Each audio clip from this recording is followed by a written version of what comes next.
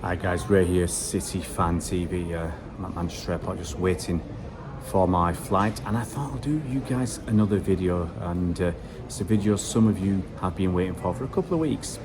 After their ignominious defeat on Wednesday to Sheffield United, Spurs are out of the FA Cup. And my video today is about Harry Kane to come to Manchester City. Now, I know some of you guys are thinking, oh, behave. You know, we had that a couple of seasons back and nothing happened, and Levy and won't let him go and all that rubbish. Okay, but I'm here to tell you that Harry Kane to Manchester City is actually a pretty good move all round. Now, this video is in 4 parts. First part is why Harry Kane should stay at Spurs. That's going to be quite short. Second part is why Harry Kane should leave Spurs.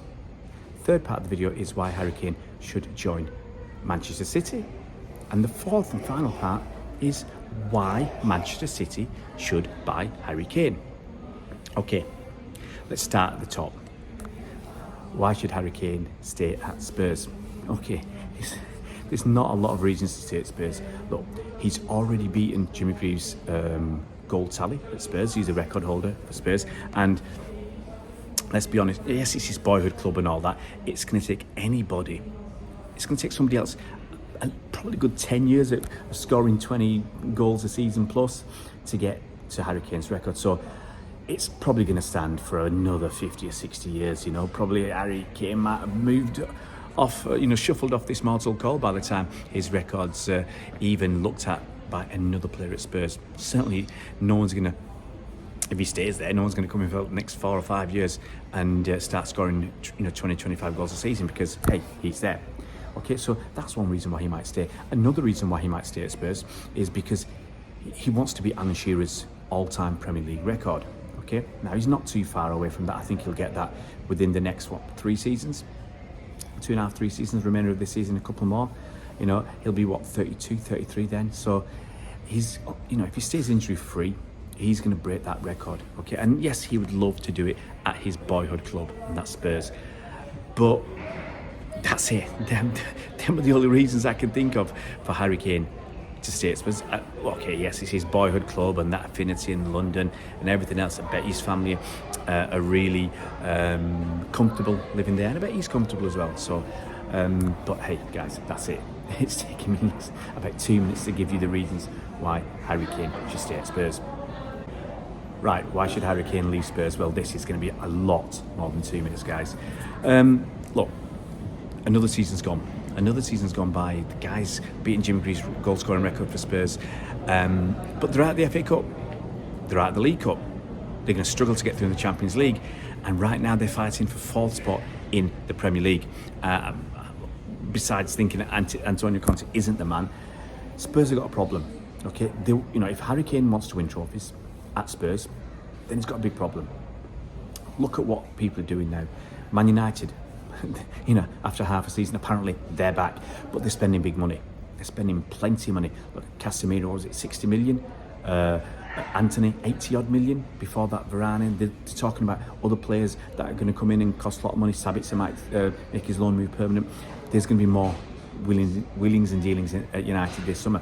They're going to spend money. Chelsea, 600 million quid in sort of 12 months. They're going to keep spending until they get success again. Same as United. United have basically bought their way back to success. And you might say, yeah, you're City fans and all that. But it's true. United have bought their way back to success. And there's a big correlation between spending money, high wages, and winning trophies and challenging. Okay? Spurs are not in that league yet. Okay? So, Man United are spending money. Chelsea spent a lot of money. Liverpool, there's talk all the time about Jude Bellingham, Declan Rice, Mason Mount, a lot of others. And this talk, today we heard Firmino's leaving, so they're going to get maybe another striker. They're going to get a lot of players, apparently, Liverpool. So you might think under Jurgen Klopp, they'll come back. Yeah, especially they're going to spend a lot of money.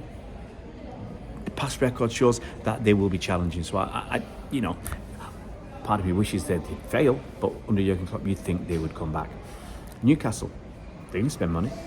They're going to make more money, and they're going to spend money. You can see they've had a good first half of the season. They're falling away a bit now. They just couldn't sustain it, but they will spend money. It might take a few years before they get the income to sufficient levels. because of FFP, but they will spend money. City, we're not going to stop spending money, especially if Cancelo leaves. We're looking at an ageing midfield, so we're going to get players. We need a new left back, we need maybe a new DM. Phillips might not be the right one, and we need another winger, I think. So City are going to spend money, and under Pep, we've always challenged. And apart from Pep's first season, everything else has been first or second. So I think City will keep challenging. Arsenal are going to challenge.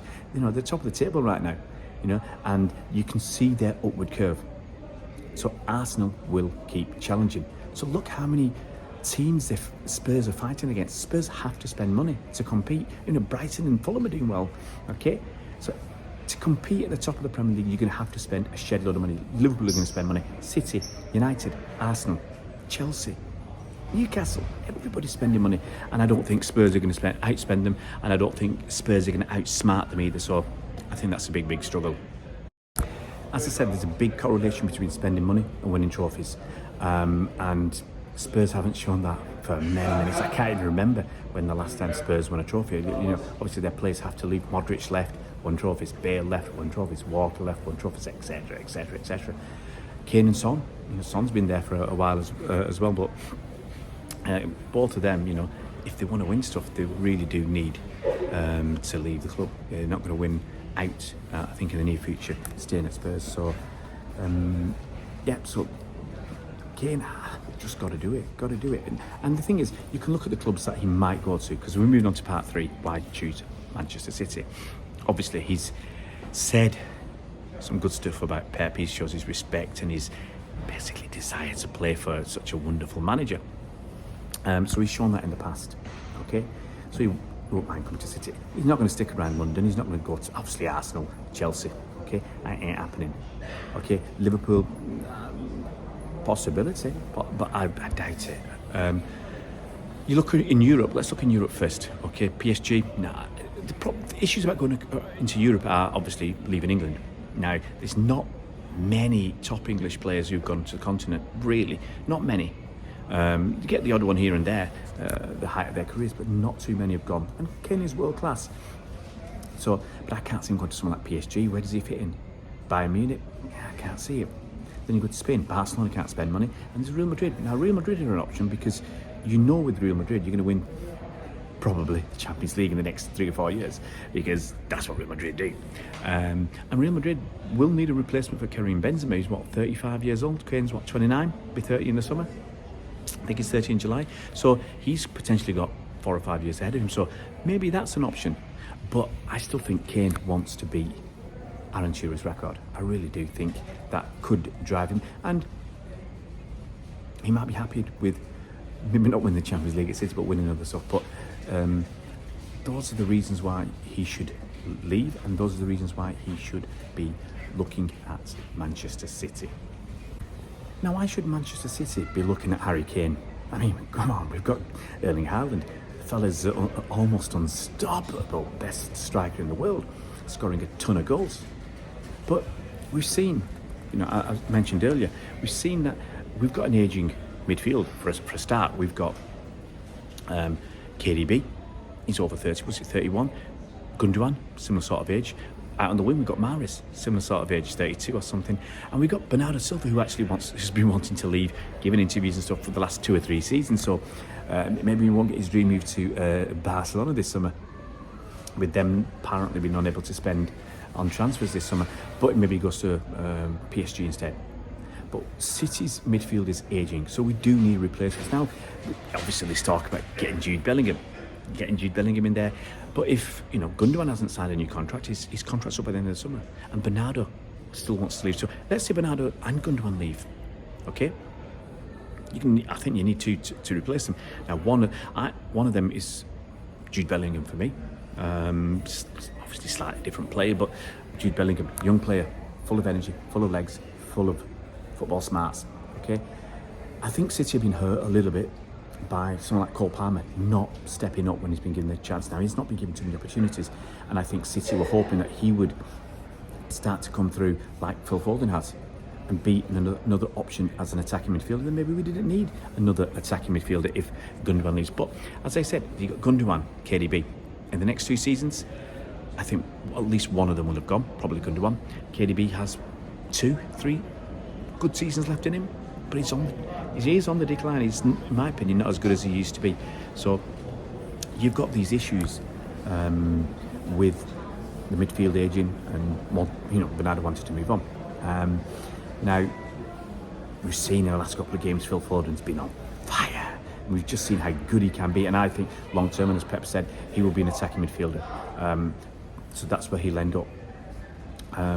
But let's say you got Foden and KDB. Where's Harry Kane fitting in? Well, the thing about Harry Kane is he is going to fit in anywhere in midfield or attacking midfielder or up front, because you've seen it at Spurs. He provides that link between midfield and attack.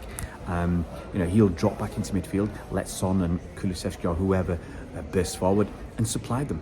He's got, he gets so many assists, so he's supplying them, and he's banging in goals. He's got 16 or 17 Premier League goals this season, which in any other season would be a great number. But Haaland's got like 27, so he kind of stands out and puts everybody else into the shade. But Harry Kane is still scoring a good number of goals, and at City, he'll still score a good number of goals, and he'll get a lot of assists. Now, at the moment, we're kind of relying on Haaland to score the goals, and sometimes you want someone to drop back and push on, like Gundogan did before. In the last few seasons, Gundogan plays midfield, but he sneaks into the box, steals in late, and gets a bundle of goals. Harry Kane will do that, so he will keep scoring goals.